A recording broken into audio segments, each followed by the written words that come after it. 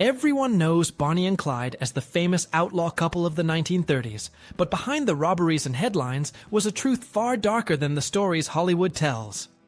Their real lives weren't about romance or glory. They were shaped by fear, violence, desperation, and a country struggling through the Great Depression. And when you look past the myths, a disturbing question appears. Did they carry a hidden truth more frightening than the crimes themselves? Today, we break down the real history behind Bonnie and Clyde, using only documented facts, and uncover the unsettling reality they never wanted the world to see. Number 1. What they really took from the dying Old West. Bonnie and Clyde didn't belong to the classic Old West era, yet they behaved like the last remnants of it stepping into the machine age. Their crimes weren't glamorous, and their robberies weren't legendary heists. They didn't storm massive bank vaults like Hollywood retellings suggest. In reality, most of their targets were tiny rural banks with barely any cash left, mom-and-pop grocery stores, and lonely gas stations along dusty back roads. What they truly took was the mindset that survived long after the frontier closed. A belief that mobility, instinct, and knowing the land could outrun any lawman. Clyde Barrow grew up poor in West Dallas, an area that still clung to frontier values: independence, distrust of authority, and relying on family above all else. These values shaped how the Barrow Gang operated. They weren't modern gangsters sitting in safe houses counting stolen money. They lived on the road, slept outdoors, cooked meals on makeshift fires, and spent more nights in stolen cars than they ever did in beds. Even lawmen at the time compared them to drifting riders only, instead of horses they had stolen Fords. What made them terrifying wasn't the size of their crimes, but their freedom of movement. Clyde treated the American Midwest like an open range. While most criminals stayed within a few counties, Clyde traveled across several states in a single day. He memorized backroads, bridges, creeks, and old dirt lanes that locals barely used. He studied escape routes the same way Old West outlaws studied canyons and riverbeds. His ability to improvise behind the wheel shocked many officers who chased him. Police patrol cars of the 1930s weren't fast, and road maps were unreliable in rural areas. A sheriff once said chasing the Barrow Gang felt like trying to grab smoke with your bare hands. Even their gear had Old West echoes. They carried lightweight packs, emergency food, blankets, and basic supplies. Nothing heavy, nothing sentimental. They lived with only what they could load into a car trunk within seconds. Old cowboy rules applied. Stay light, stay fast, stay unpredictable. They weren't hiding gold, documents, or secret evidence. Their real secret was how little they needed to survive. That minimalism made them hard to predict and harder to trap. Another overlooked factor is how well Clyde understood rural communities shaped by frontier culture. Many of the regions they passed through were still influenced by cowboy traditions, Native American land routes, and farming families who lived miles from neighbors. These areas weren't patrolled frequently, and strangers often passed unnoticed. Clyde instinctively moved through these environments the way outlaws once moved through open country. They weren't legends because of their loot. They were legends because they revived an outlaw-style America thought it had outgrown. In a world shifting toward cities, factories, and highways, Bonnie and Clyde operated with the instincts of people who belonged to an older World I where the land itself was a shield. That blend of frontier habits and modern mobility created a criminal pattern law enforcement had never dealt with before. The terrifying part wasn't their crimes. It was that they were among the last criminals who lived as if the Old West never ended. The secret they carried wasn't mystical or hidden. It was the realization that the borders of the old frontier still existed in the culture and geography of rural America, and they used those borders better than anyone else. This connection to fading frontier life made them unpredictable and difficult to corner, turning vast stretches of Texas, Oklahoma, Arkansas, and Louisiana into their own modern range. They didn't steal artifacts or buried treasure. They stole time from a dying era. They took the last breath of the Old West and weaponized it in a modern world, leaving lawmen constantly one step behind, confused by criminals who moved like cowboys, but killed with 20th century firepower. Number 2. The hidden brutality that built their reputation. People like to imagine Bonnie and Clyde as tragic lovers forced into crime, but the truth was harsher. Clyde Barrow had already been in violent conflicts long before Bonnie joined him. His criminal path was shaped by a mix of poverty, early run-ins with the law, and the brutal conditions he experienced in prison. By the time he escaped the Texas prison system and formed the Barrow Gang, he had become desperate, hardened, and ready to use force whenever cornered. Clyde didn't set out to be a killer in the beginning. But once the gang started getting chased across state lines, every confrontation escalated quickly. Law enforcement of the early 1930s often traveled alone or in pairs, and many officers underestimated the danger they were approaching. Some expected a routine arrest, not a criminal carrying military-grade weapons. When Clyde realized he could outrun or outshoot a small patrol, the pattern became deadly. A key moment that shaped their reputation was Clyde's decision to arm himself with Browning automatic rifles stolen from National Guard armories. These weapons fired powerful .30s and .06 rounds capable of penetrating cars and wooden structures with ease. Police at the time mostly carried revolvers, lever-action rifles, or standard shotguns, not designed for highway gunfights. This mismatch created a terrifying advantage. Officers who attempted roadblocks sometimes found their cars riddled with bullets before they even drew their weapons. This wasn't Hollywood gunplay. Gunfights lasted seconds, not minutes. Clyde fired from moving cars, through windshields, and without hesitation. The chaos left lawmen stunned. Many sheriff's departments, especially in rural counties, had never faced criminals with automatic rifles. Some officers described the gang's firepower as war-level violence, and they weren't exaggerating. Bonnie's role has been widely misunderstood because legends and rumors mixed with facts. There is no verified evidence showing she shot an officer, though she was present at many violent scenes. What is clear is that she fully supported Clyde during escapes reloading weapons, keeping lookout, or shouting warnings. Her presence in the car stunned lawmen because it broke their expectations. They weren't used to seeing a woman in these situations. The shock factor alone made the gang seem more dangerous. Many stories of Bonnie firing heavy weapons came from panicked eyewitnesses who weren't sure who shot what during chaotic moments.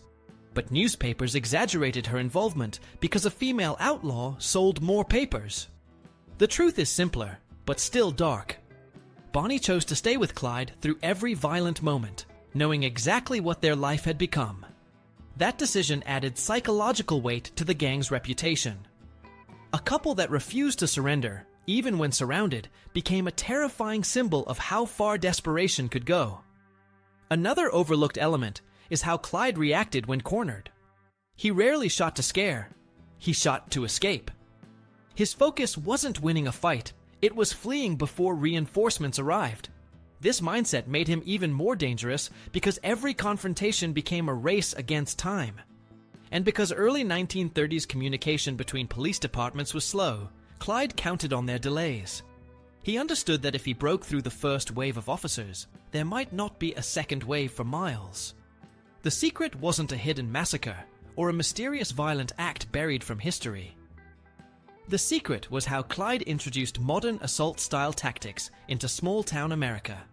He brought automatic gunfire to places where people still rode horses, plowed fields, and lived quiet lives. The brutality felt larger than it was because communities weren't prepared for it. This wasn't the romantic violence of the Old West. It was the sudden, overwhelming burst of firepower that stunned local lawmen and frightened towns well beyond the crime scenes. Bonnie and Clyde carried that terror with them, not because of mythical murders, but because of the unpredictable aggression that came whenever they felt trapped. That fear, unspoken but deeply real, became the backbone of their legend. Number 3. The quiet network that kept them alive.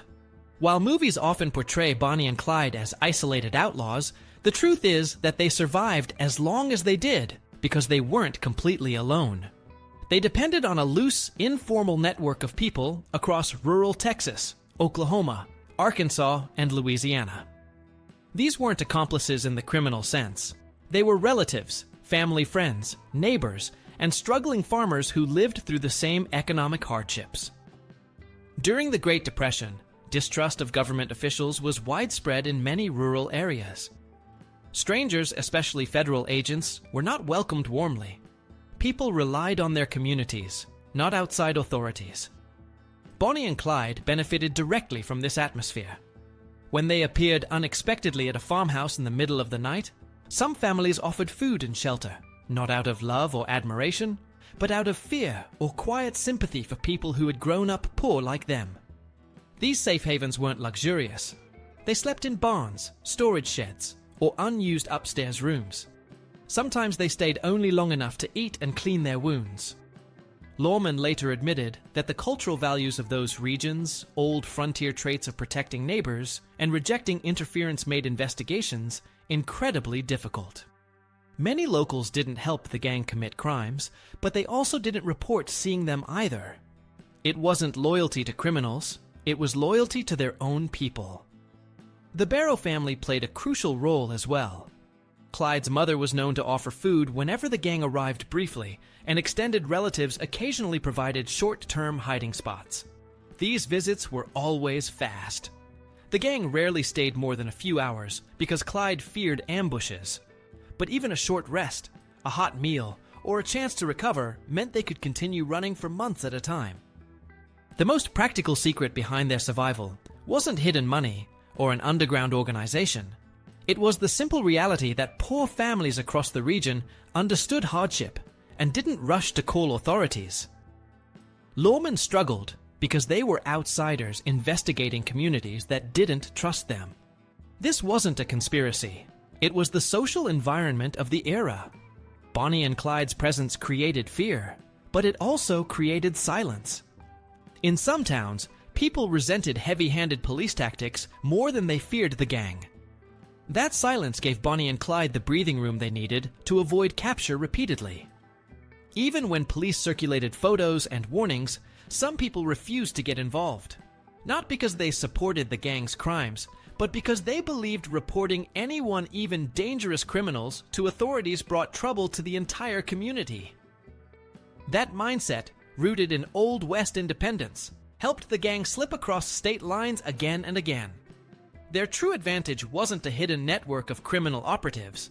It was the leftover spirit of frontier communities places where people minded their own business, distrusted lawmen, and believed in solving problems quietly.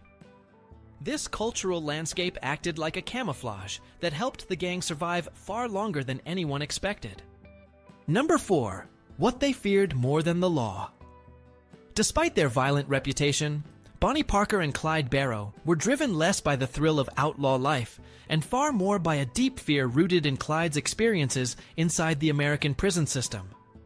Years before the Barrow Gang became a national headline, Clyde served time at the Eastham Prison Farm in Texas, one of the harshest penal facilities in the United States at the time. Conditions there were brutal. Prisoners worked long hours cutting timber or picking cotton. Guards relied heavily on violence to enforce order, and inmates often experienced assaults from both staff and other prisoners. These experiences shaped Clyde permanently. After he was released, those who knew him observed that he spoke openly about refusing to go back under any circumstances. Former associates recalled Clyde saying that capture alive was never an option. This wasn't bravado. This was trauma. His fear of imprisonment explains the intensity with which he reacted to roadblocks, surprise encounters with police, and even routine traffic stops.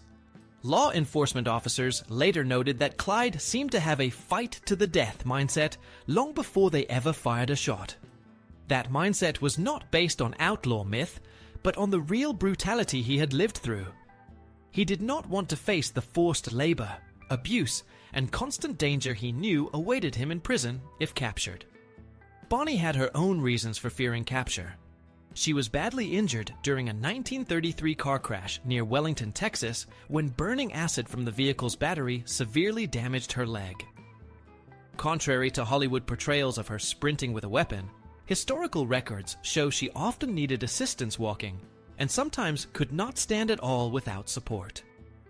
During long escapes, Clyde sometimes carried her, and gang members described making frequent stops to treat her wounds.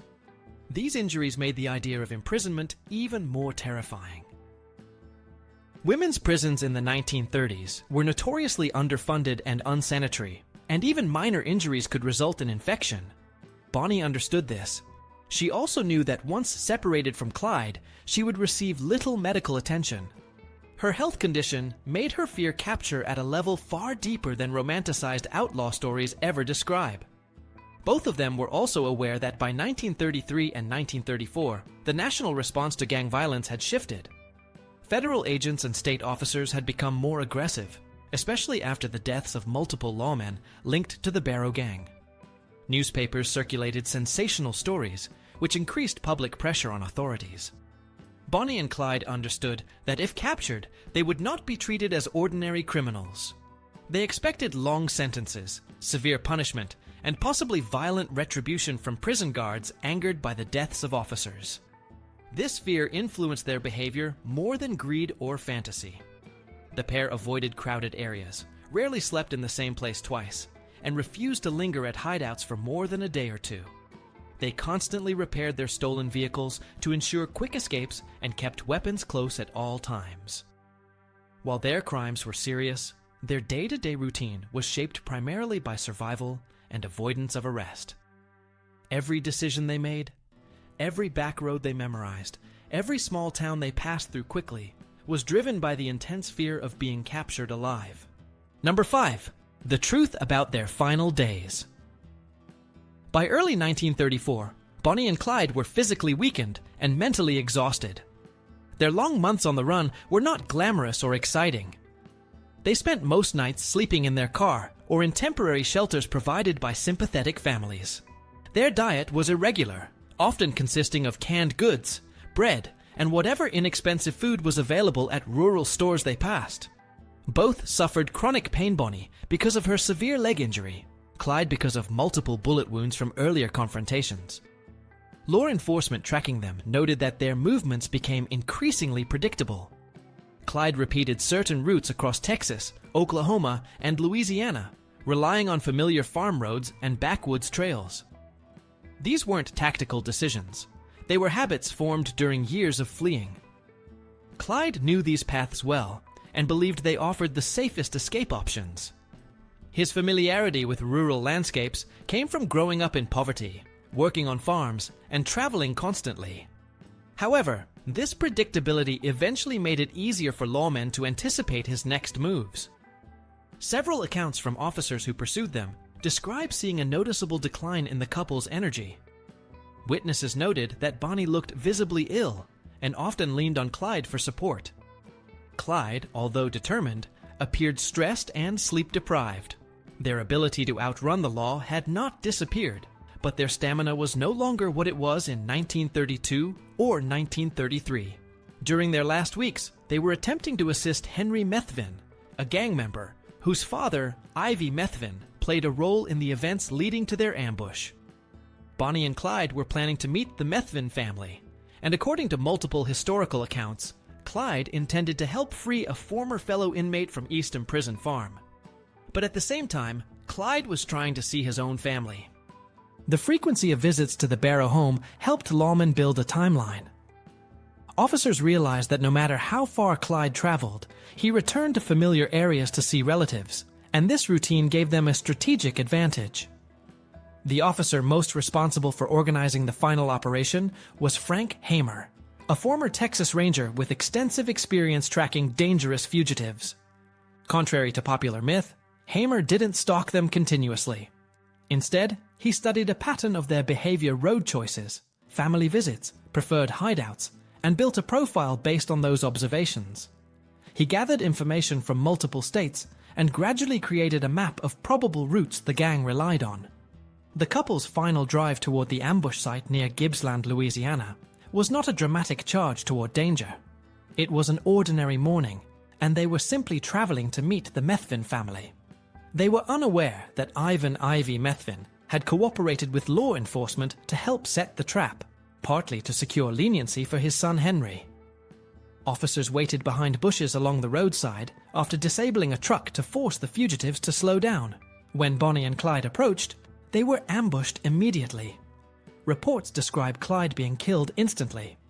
Bonnie screamed when Clyde was hit. An eyewitness detail often distorted in popular retellings. The officers fired continuously, ensuring there was no chance of escape or survival.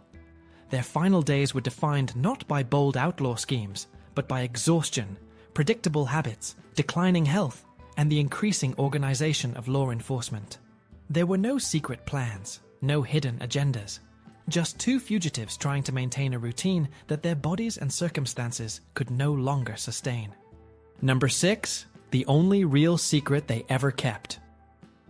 People have long searched for a hidden mystery behind Bonnie and Clyde buried money, lost journals, unknown accomplices, or secret crimes. But historical records, police reports, and interviews from survivors make one thing clear. The most unsettling truth about Bonnie and Clyde is not something they hid. It is the ordinary reality behind their violent story. The real secret is that they were not the theatrical folk heroes people later imagined. They were not brilliant tacticians, nor were they motivated by vast sums of money. The typical Barrow Gang robbery often yielded less than $20. Their crimes were messy, fast, and rarely planned more than a few hours ahead. The power they held over the public imagination came from how unusual their partnership looked in the early 1930s.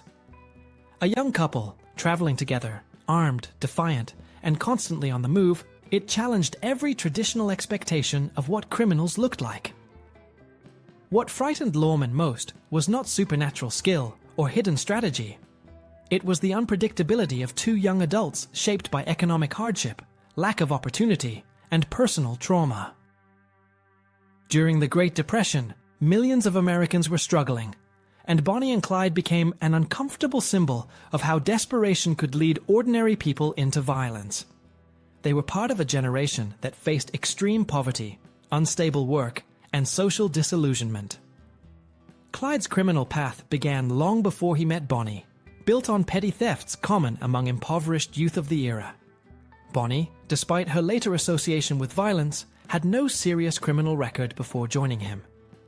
Another unsettling truth was how easily they blended into the environment. They looked like everyday rural Texans. This made them harder to track and more alarming to communities. Outlaws of the Old West often stood out due to dress or behavior, but Bonnie and Clyde wore simple clothes, drove ordinary cars, and stayed in towns where they didn't attract attention. Their normal appearance caused more fear than exaggerated stories of wild gunfights. It forced people to rethink the boundary between civilian and criminal. After their deaths, authorities recovered personal belongings from their car clothes, a few coins, weapons, handwritten poems from Bonnie, and ordinary household items. Nothing pointed to hidden gold or major secrets. The myths created after their deaths often overshadow the true story. They were two young people living in a turbulent era who spiraled into deeper and deeper violence, driven not by legend, but by fear, loyalty, and desperation. The genuine secret they carried was human vulnerability. Their story demonstrated how extreme conditions, abusive prison systems, national economic collapse, poorly funded rural law enforcement, and social instability could produce criminals who were not hardened professionals, but ordinary individuals pushed past their limits. This remains the most unsettling truth about their legacy. What they represented was not distant legend, but a real reflection of what desperation can create.